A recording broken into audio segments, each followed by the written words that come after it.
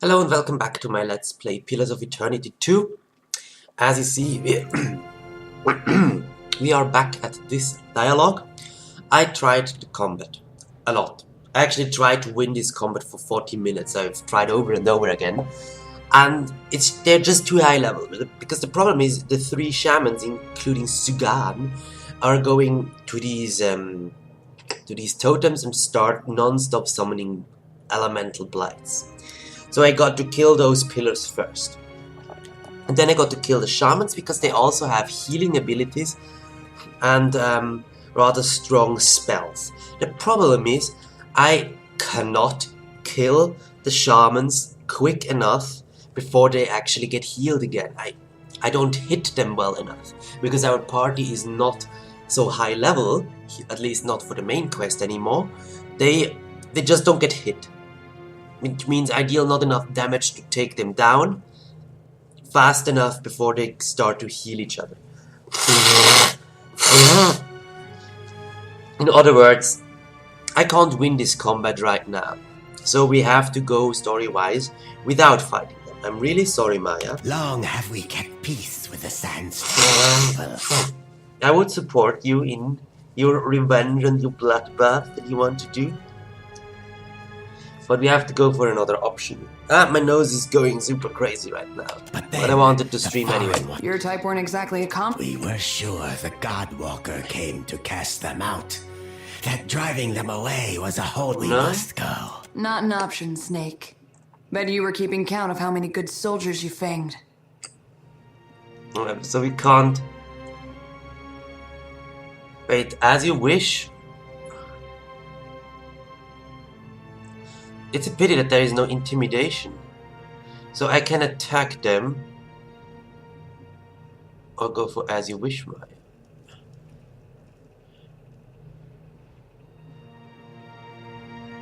I think I'm going for the rational one. And now he owes us. Adept is more useful than blood. Captain?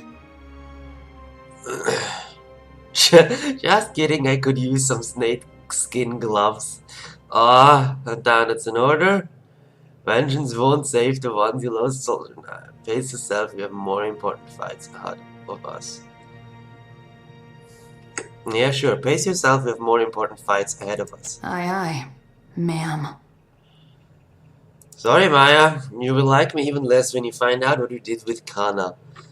Gritting her teeth, Maya secures her weapon and stands down, her fists bowed at her side. You show us something new today, Shuffler. Thank you for this. If you only knew. Mercy. We only show you mercy because you would beat our asses up. And because there's no intimidation option.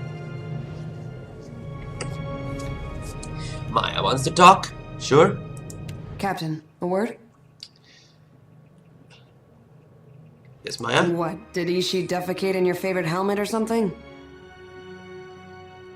You've spoken to Aethys, which means you know what we're up against. If the fleet sailed up to him and fired every cannon at once, I imagine we'd have a fighting chance at taking a chip off his kneecap. There's no stopping him, is there?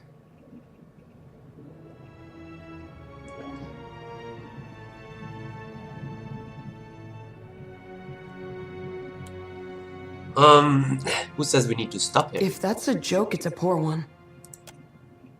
She sighs away some of her tension, rolling her shoulders and cracking her neck. I suppose there's a certain appeal to recognizing the inevitable. We don't have to waste our breath trying to stop it.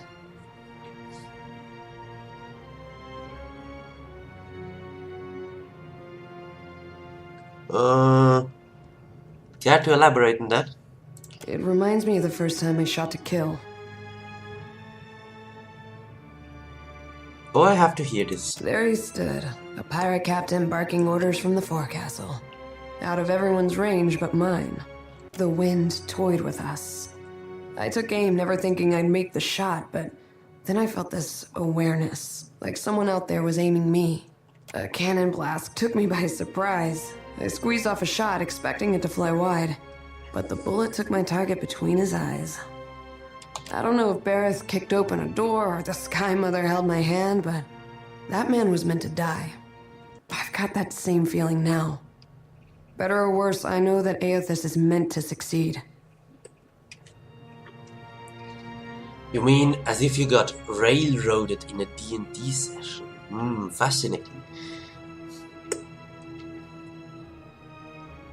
Ever questioned your career choice? Time will tell if Aothis is getting what he wants. If Aothis getting what he wants is good for the rest of us.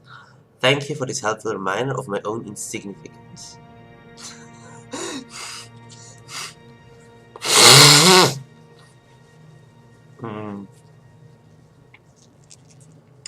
Time will tell if Aothis getting what he wants is good for the rest of us. Hope I didn't take the wind out of your sail. Whether or not we can change anything, at least we can say we were there. That's more than most people get. Yeah, sure. Okay. Indeed. Let's smack those things. Then let's smack this one. And let's smack this one. Decency to die. Kill those, it wasn't that hard. The reloading takes much longer in combat because the combat is slowed down. And you get interrupted by enemies hitting you, so it takes longer than this time.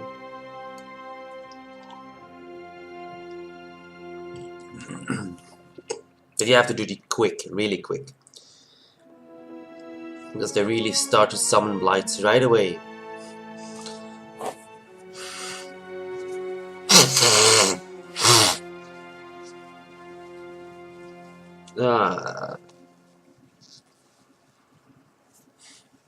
Why damn those.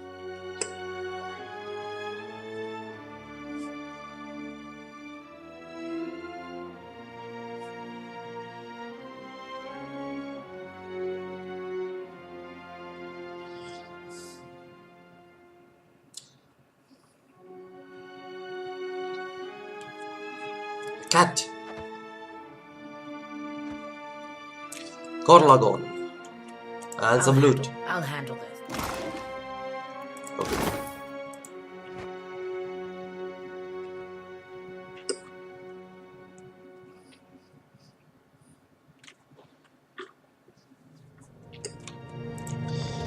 Let's see what the cat does. Probably nothing better than the other cat.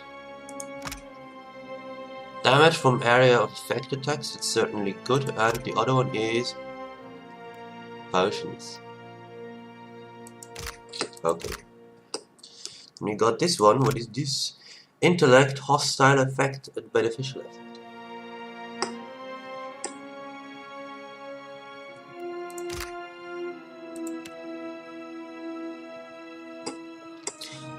Like the beneficial effect that you cast, or the beneficial effect that is on you?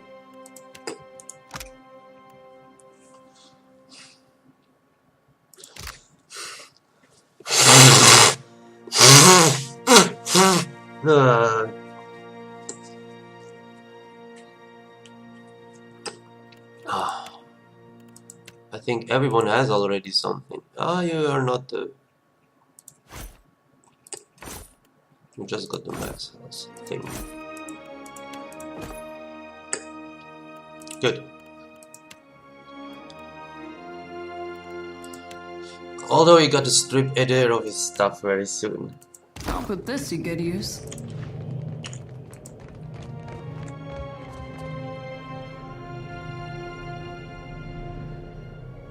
But I wanted Palagina to be in there too. I need to go and get Palagina.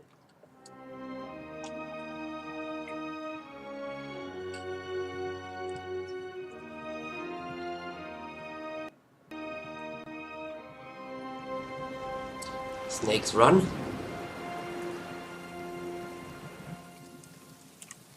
That's right. Keep slithering. Which direction do we get up? Oh, we see the whole map. Okay. You were gabbing with my god again, weren't you? Yeah. When the captain goes all starry-eyed like that, the crew starts to ask questions. I was rather hoping someone else would bring that up. If you got something to tell us.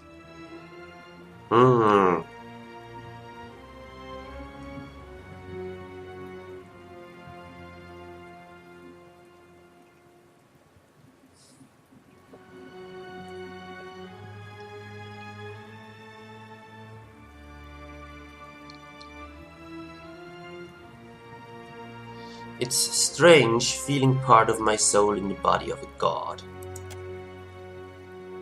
Any word from our giant Adra friend?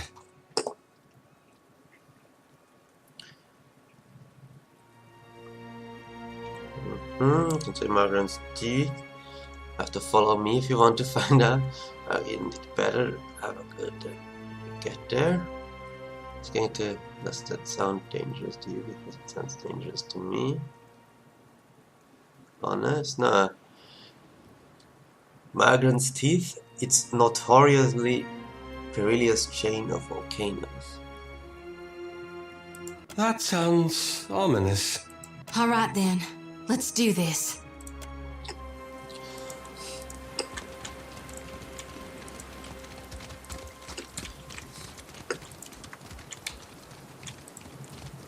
Was it in here already? I don't think so.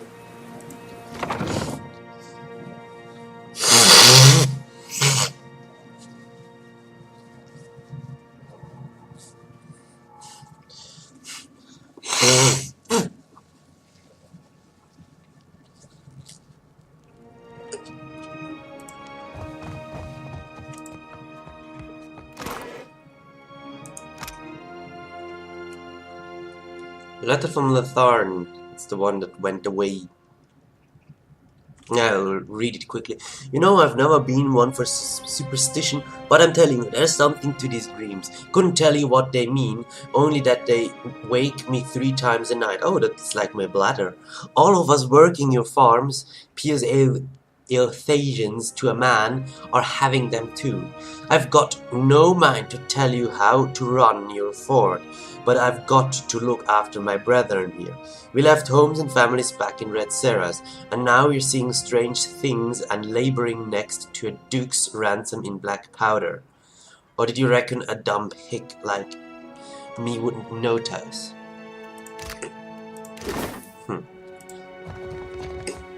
So Letharn is not an idiot, it seems.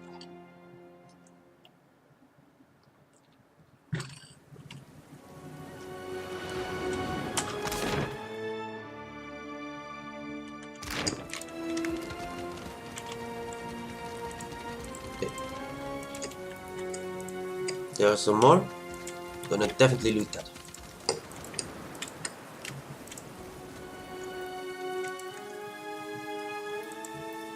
So there are quite a few ways up here. You were in there. Or the guy was there.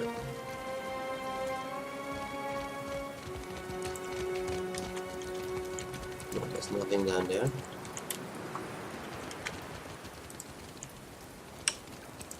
No loot in here. But some loot in here. More dead bodies to loot. Come on. Can I? Please? This one too. Good. This barrel. Wunderbar. Some more ammunition.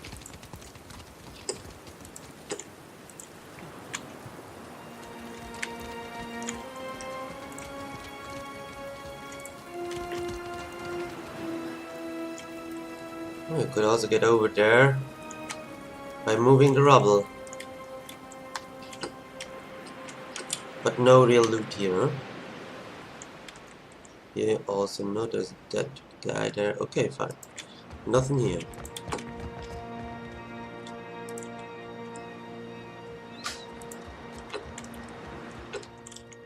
So we got everything.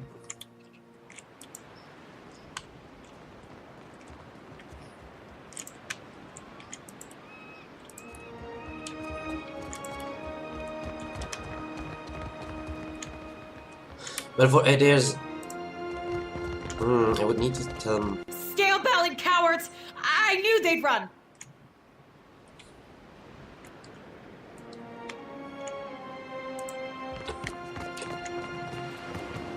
Hey! Look at our beacon. Even the Colossus couldn't destroy it. And those things aren't so tough now, are they?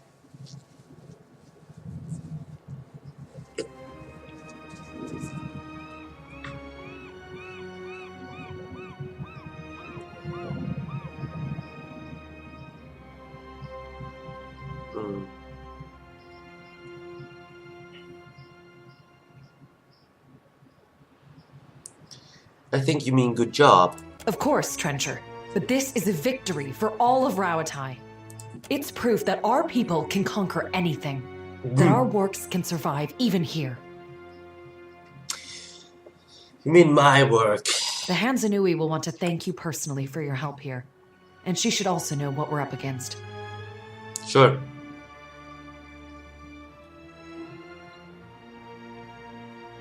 She's usually at the Brass Citadel in Nekataka. Clear skies. Sure. Aloth's fingers fidget with the hem of his outfit, and his mouth is pressed into a thin frown. He gives you a familiar, uncertain look as if he's trying to figure out what to say.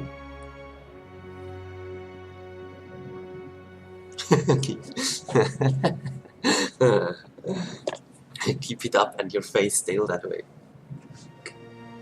You seem troubled. Care to discuss it? He relaxes a little. I hope you know I have immense respect for all you've accomplished.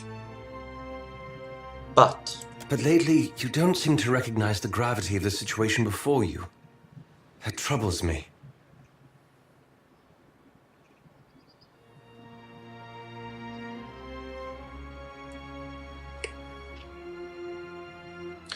you have my full attention, Aloth. Chasing Aethys and treating with the leaders of Deadfire has put you in a position of incredible responsibility. I know. I only wish you took your role more seriously. It so often seems you're oblivious to the lives that depend on you. The problem is, my character is not oblivious to the lives that depend on me. My character just doesn't care. Or unconcerned by them. Yeah.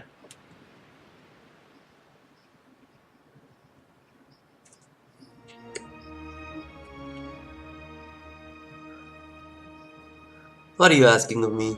We both know the choices before us aren't always clear or simple. I only ask that you give them due attention.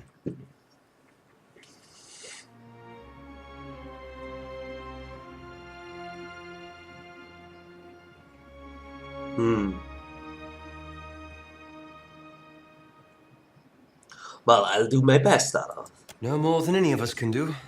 Well, thank you for hearing me out. This is a great weight off my chest. I get a feeling Aloth doesn't like us anymore. Yep. Maya likes us a lot. Poor Maya. We're not the popular ones here, huh? Are we?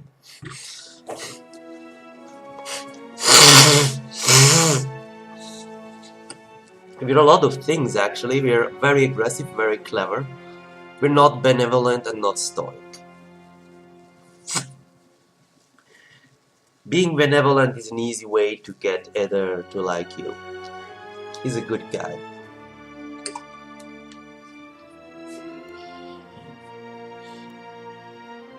And I think being rational is a good way to make Maya like you. Being passionate is good for Xoti. And I actually don't know what is good for Aloth.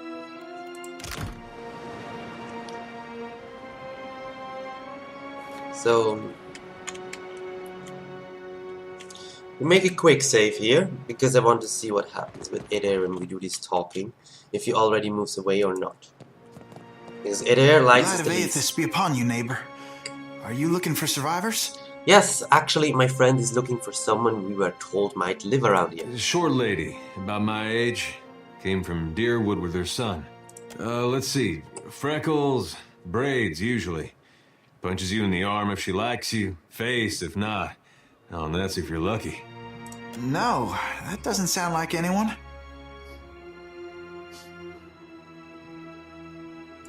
We're in the right place. You must know her. She has a son about your age. You gotta be her son. Got her nose and her freckles. You don't have to lie to me, kid. I'm a friend of your mother's.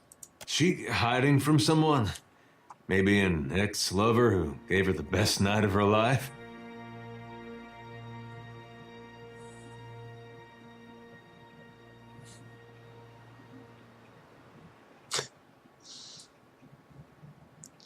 We're going to find her, whether or not you help us. No, I misspoke. Forget it. Just tell me something. Your father, you know him? I'm sorry, who are you? We have two benevolent options we're not going for. One is, like Eder said, we're friends of your mother's. Or relax, Eder's a good man, likes animals.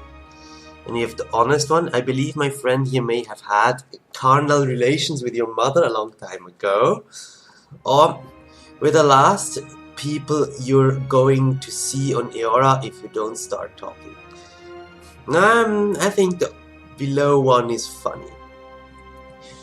I believe my friend here may have had carnal relations with your mother a long time ago. With Alava, though, it was more like she had carnal relations with you. The boy blinked several times. It's unclear if Eder's comment even registers. Yes, I knew my father when I was very young. He was a man of strong faith.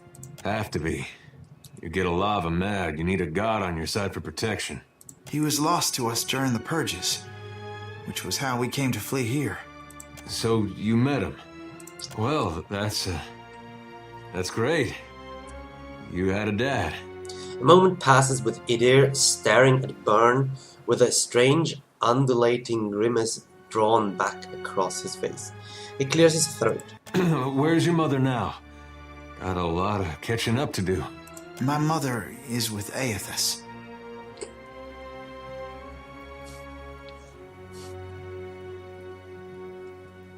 Maybe you hadn't heard, but Aethys is in a giant Adra statue walking along the seafloor. Yes, he walks among us once again, enlisting faithful soldiers. I do believe she is with him. Oh. Is she a dust statue now? She passed the veil a few years ago. Oh. A flu.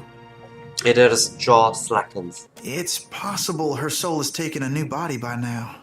But if she was truly blessed, she marches instead beside the shining god. Eder's face has gone scarlet beneath his former's tan. His nostrils pulsate with each heavy breath. You lied to us. Said you didn't know her. Expect me to believe this now?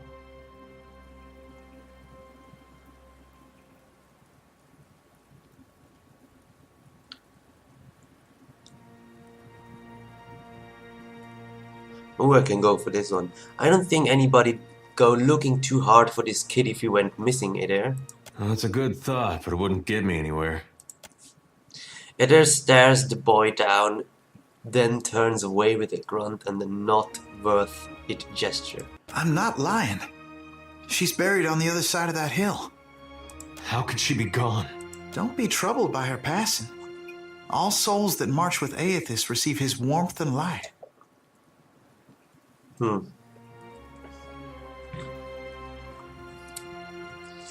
seem confident in a god who's causing a lot of destruction. You can't build on broken foundations. Real change needs destruction. I trust my god knows better than I do. He knows truths I'll never learn. And got that right. I was once lost. I struggled as you do now. But the partisans of the lighted path have restored my faith in Aethys. At this, Eder looks up at Byrne. What greater honor than to march in his vanguard?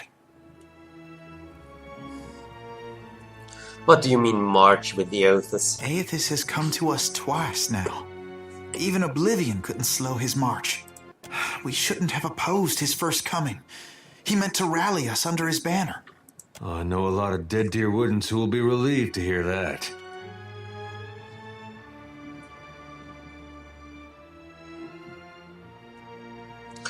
We were victims of a quarrel of gods.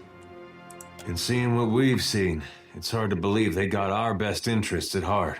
Aethys forced everyone to declare themselves as ally or enemy, nothing more.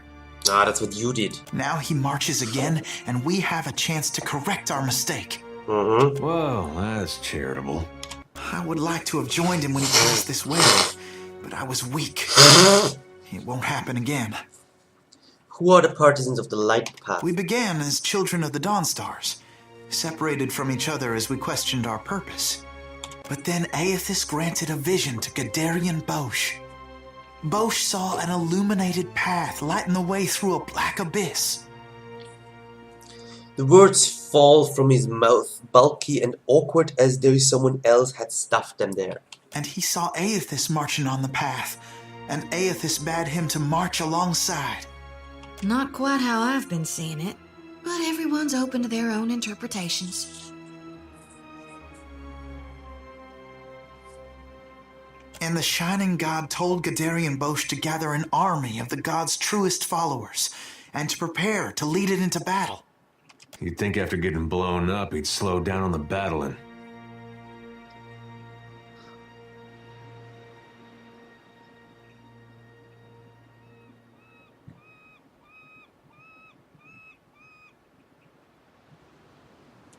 Why did you lie to us about knowing Elafan? Gadarian Bosch warned us. Those outside the partisans may ridicule us and test our faith. Especially our old families, and others close to them. Sounds like the leader of a sect. We've learned it's best to keep to ourselves and those with open minds, which relations and friends mostly aren't. Depends on what relations you actually have.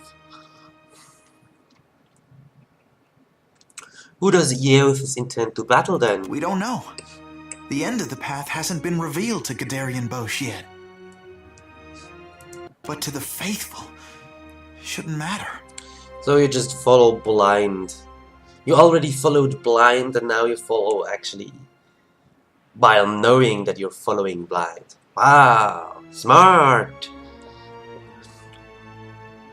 I should actually take an example of Eothas. If you can have followers that follow you this blindly. Ooh, that is power beyond belief. Literally beyond belief. As Bosch proof of his visions. Aethys himself has appeared in Deadfire in the form Gadarian Bosch foretold. That's more proof than any of his faithful could ask. Nah. You could see him. You could just have seen that at Port Mage and be lucky enough to be here soon enough. What fortune to be given this opportunity to know our God in the living world. And I could tell you that too. I'm just smart enough to not tell some random farmer's boy. Sorry, Adair. No offense here. About the secrets of the gods. This is probably what happens sometimes. They will just anyway follow them blindly, now just literally. How will you join Eothas when he marches beneath the sea? There'll be a great journey, but we're prepared. Gadarian Bosch knows the way. Okay, yeah, you're following Bosch blindly, huh? Because he said he had a vision. Hey boy, I had a vision too. Will you follow me now? There must be this guy you could so easily kidnap. You just have to appear with a big white van with dark windows, and written on the van, free visions. There, did you get what you needed here? Adair takes a deep breath, he looks around, then at Byrne, he nods tight-lipped. We can go. Where are we going? Hey, kid. What was your name again? Bairn. Right. This lighted path fellow, Bosch. Sounds interesting. There's some way I can meet him? He's usually on the move, rallying followers. But the partisans of the lighted path often gather in the temple of Aethys in Nekataka. I seem to go there myself, in fact. There's an adherent there, Ogna, who initiates new partisans. No doubt she'd be pleased to help you. Aethys needs able soldiers, even in their elder years. You should consider what Ogna has to say. Farewell. Sure, let's go there then. Think we're done here.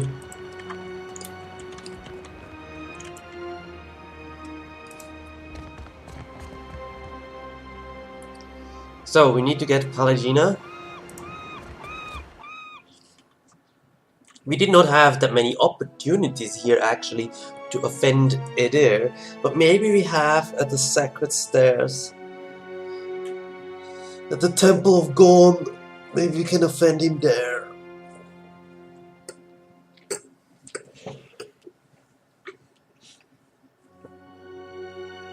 We need to go back to Nekataka anyway, because we want Palagina within our group.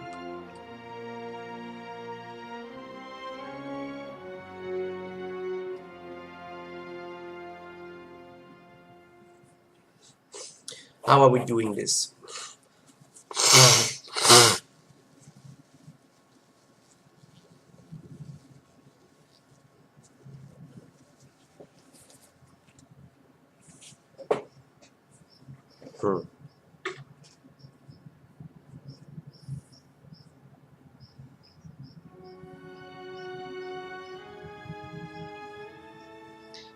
Hello.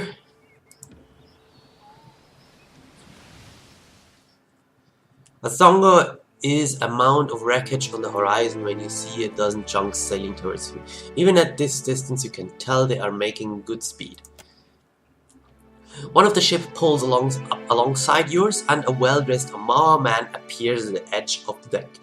You recognize Atsura, the Grand Secretary of the Royal Deadfire Company.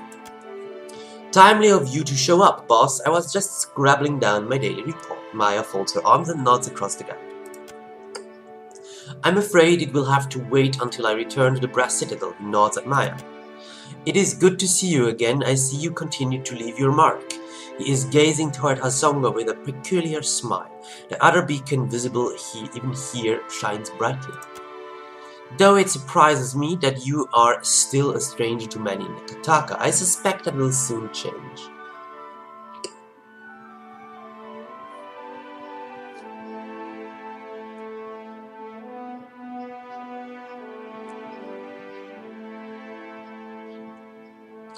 What is this about? I want to extend the thanks of the Royal Deadfire Company for what you've done here. He raises one hand toward the other beacon. Yeah.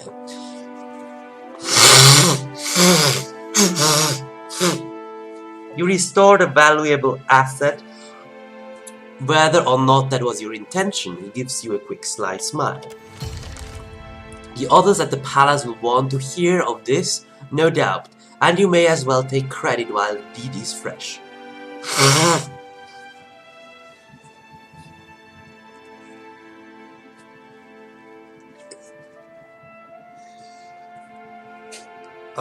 Sure, there's no time. Eothas went to the Ashen Maw in Margan's Teeth, so I must follow. It's as though a cold wind has blown over the deck. At the mention of Margan's Teeth, the Rawatine sailors stare at you in shock and horror. Those who are not frozen with their mouths agape are whispering fearfully amongst themselves. Atsura silences them with an unreadable glare. He turns back to you with a brittle smile that does not reach his eyes. Forgive my compatriots, Margan's Teeth is a volcanic chain along the northeastern edge of Deadfire. It is also among the most treacherous places in the archipelago. He casts a glance back at the ancient sailors. The waters around it are patrolled by giants said to be born of Margan's own volcanoes. Even our well-armed ships do not venture there. He tilts his head in an apology. But I suspect Queen Onekaze could direct you to Ashen Maw if you are set on going there. All the more reason to visit her palace. He smiles cryptically. So you just want me to visit her, huh? Go to Serpent's Crown in Nekataka and later come and see me at the Brass Citadel. You just want information on her. That she doesn't give you, but probably me. That's what you want. We can discuss our progress with issues of mutual interest here. See? See? At any rate, I have much to attend to, and it seems you do as well. Clear skies, Captain Sylvanas. Atsura nods as his crew makes ready to sail once more. Okay. Low rations. Yeah, okay, sure.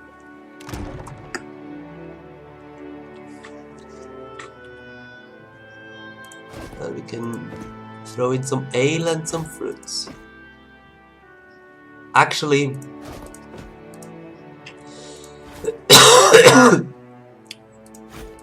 we can switch this stuff around because our moral is not that high.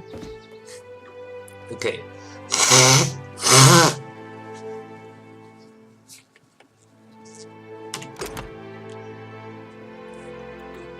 Okay. How actually do the characters like each other? He likes Xoti. Xoti likes Maya. And Alaf likes Maya. Okay, this is gonna be hard. Xoti... Oh yeah, and Cody likes me also a little bit. Why is there a red line?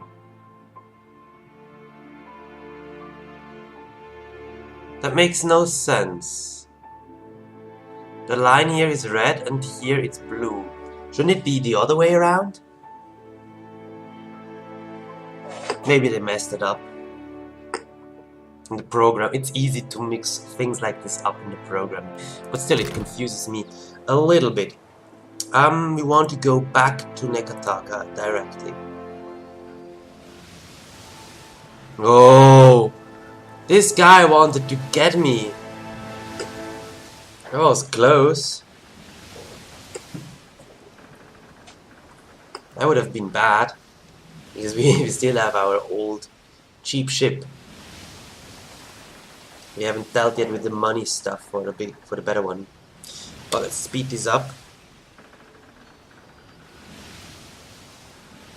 You blink Oh, and find yourself standing in the knee-high grass of an endless field, with the day just falling into dusk. The grass still holds the warmth of late afternoon sunlight, but a chill breeze blows at your back, making goose flesh down your arms.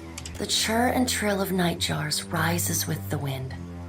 In the inky bruise of the sky, stars ignite by the ones and twos.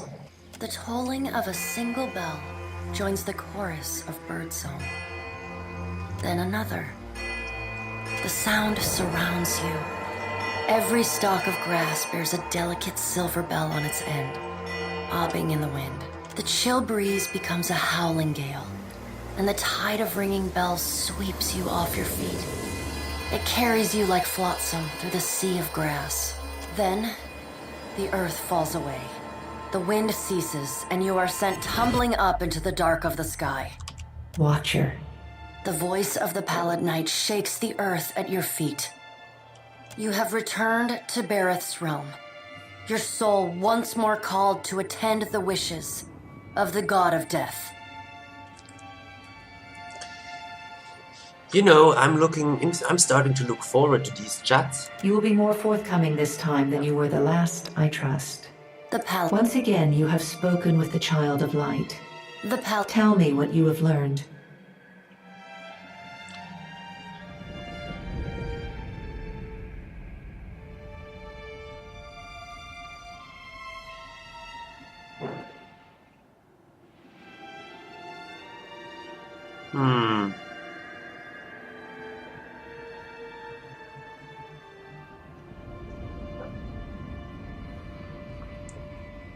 So you don't know. I have nothing new to report. My patience is not infinite, and your soul is but one breath in a hurricane that I control. She closes the gap between you in a blink. This near, you realize the god of death has a smell. Like dust and ozone. Petrichor and cold, cold steel. You won't kill me. You need me. It's honest. Death comes for all in time. Or have you forgotten Archdruid Reston and High Ovate Arona? You killed Reston and convinced Arona to end her own life at my behest. And you are not my only agent in Eora. An icy smile briefly transforms the pallid knight's face. But I'd bet I'm your best agent in Eora. You may be the Watcher of Cadnua, the Hound of Aethys, the Herald of Bareth, but you are still a mortal woman. Every time you defy me, I grow further inclined to disassemble your soul and scatter your essence to the farthest corners of the beyond once the task I have assigned you is complete. So have a care, Watcher. Oh wow, no, I don't get an option. Fine, he makes for Morgan's teeth. Intriguing. The pallid knight stares past you, pensive. So you didn't know that yet? While attend, tell me what your many eyes perceive. Her words ring out, and a heavy silence descends. In the silence breaks the murmur of countless voices. They speak all at once in languages both known and unknown to you. In the space beside Bareth, an eye blinks open, followed fast by several more. They are round, keen eyes of Kith, the slit eyes of snakes, the small, dark marbles of birds, the bulbous lanterns of deep-sea fish. Here we are. A figure walks through the cloud of eyes as one might step through a door. It is an Orlan, then a pale elf, an ocean human, a Naga, each of them eyeless. They are well. This is the first interesting thing to happen in ages. We do so love a riddle. The figure wears an Amawa's grin, and the many voices beneath its own titter.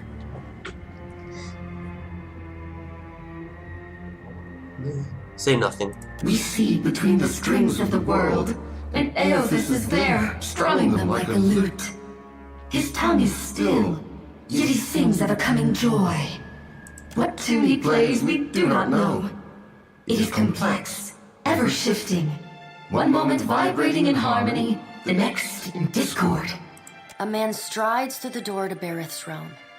Behind him lope wolves with lolling tongues, and jungle cats whose long tails twitch with every step. Galawain, the changeling, arrives, and he brings with him the wild heart of Eora's untamed places. Fast on Galawain's heels, a small wave of seawater washes across the tiles. It pours off the edge of the platform and cascades down into the beyond. From out of the water rears a glowing lure, then the head of a gigantic fish. The round black eyes of Andra roll to meet yours. Aothis is nothing if not resourceful. I admire his nerve. Galawain. In the changeling's voice, you hear the soft patter of rain on leaves and the rush of wind through treetops. I am impressed by his single-mindedness. Hunger will drive the most pathetic of beasts to desperate acts of bravery. Galawain. If his journey leads him back to us, he has proved himself worthy of return to the fold. Aothis does not return to us. He returns to execute some grand plan. We must stop him. Andra's voice rises like a tide, panic riding its crest. The doors lining the walls of Bareth's realm slam open in unison. Warped pieces of ancient armor and the remnants of discarded weapons roar through the doorways. They meet in the center of the room, in a shower of sparks, and form the vague figure of a man. Finally, a blacksmith's sledge hurtles past your shoulder, and the figure snatches it from the air. A man made half of metal and half of ruined skin stands before you. The rounded metal of a well-worn shield makes up most of his skull, his right eye socket, and jaw. His mouth is pulled forever into a half-grimace. If Aothis has something foolish planned, perhaps we can turn him from that path and set him down a more productive one. Abaddon's words crash and screech together, like long steel gears forced to movement for the first time in centuries. Abaddon speaks with a child's naivety. Andra says. The other gods don't seem too concerned. He violates not their realms, but mine. I feel his urgency in every stamp of his feet along my spine. I will send tsunamis to slow him if Mogren would stir the earth beneath Mogren's teeth. The water at your feet recedes. Lava oozes up through the shallow water, and a woman made from the guts of the earth emerges. She settles her characteristic broadsword on her shoulder and sighs a cloud of smoke and ash. Mogren returns. In the age when our steps carved valleys across the face of Ayora, our bodies were impervious to all but the strongest attacks. I doubt fire and water will be enough to stop him. But I will bear down upon Aothis with all the heat and fury of the earth. If I must. Thousands of Kith will die, I so don't care. Must be another way to stop him, worth trying at least. You should seize this opportunity to slow him while you can. There might not be another chance. The deep, bellowing cry of an aurochs shakes the ground beneath your feet. The cry drones on and on, a moan without end. Wal's many eyes squeeze shut. Andra slips back beneath her waves. Magrin dissipates in a swirling cloud of steam. Galawain's beasts cower and whine.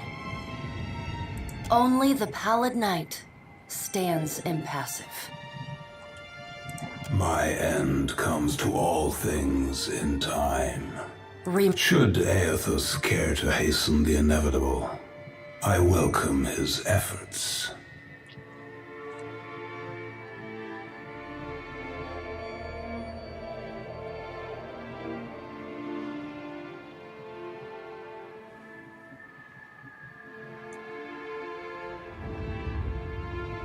What could Aethys possibly gain by destroying Ayora? Aethys seeks a slate wiped clean. Remergond says.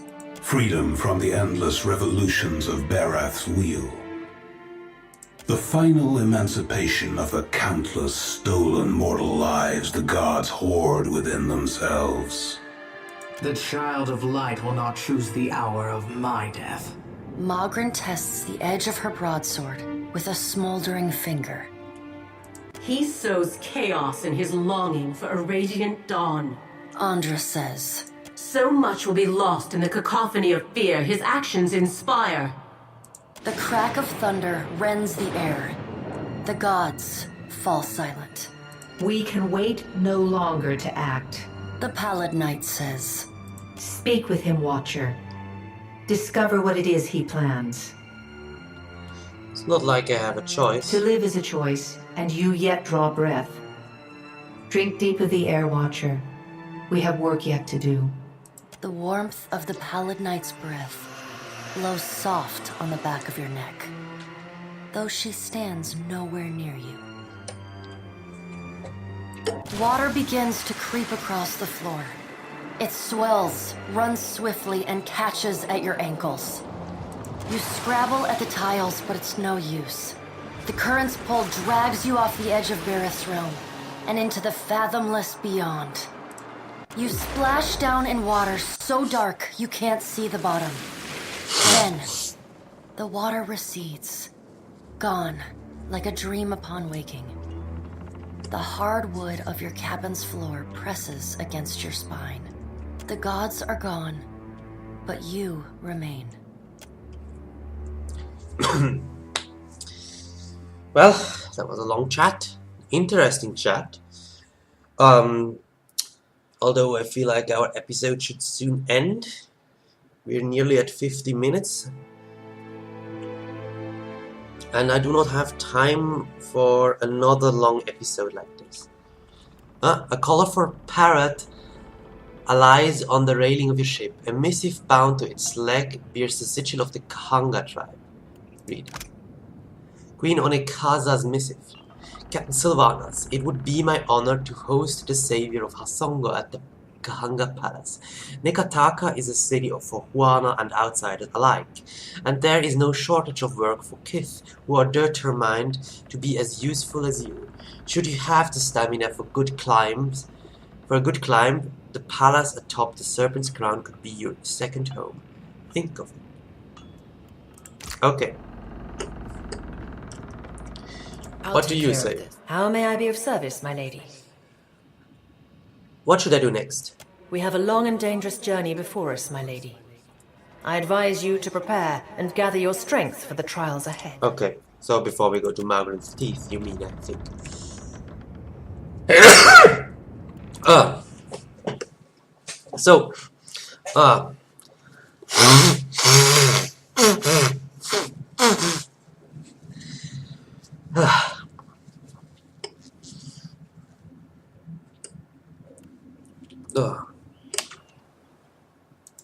So we go to Nekataka, and I think that's where we end our episode today. And next episode we deal with Eddar's quest. We get some more companions, and I intend to confront Maya with Kana and see what dialogue options we get there. So it's finally about time to find out and be really damn mean to our companions. Or at least some of them. We'll see what effect this has on the group. But we will see next time.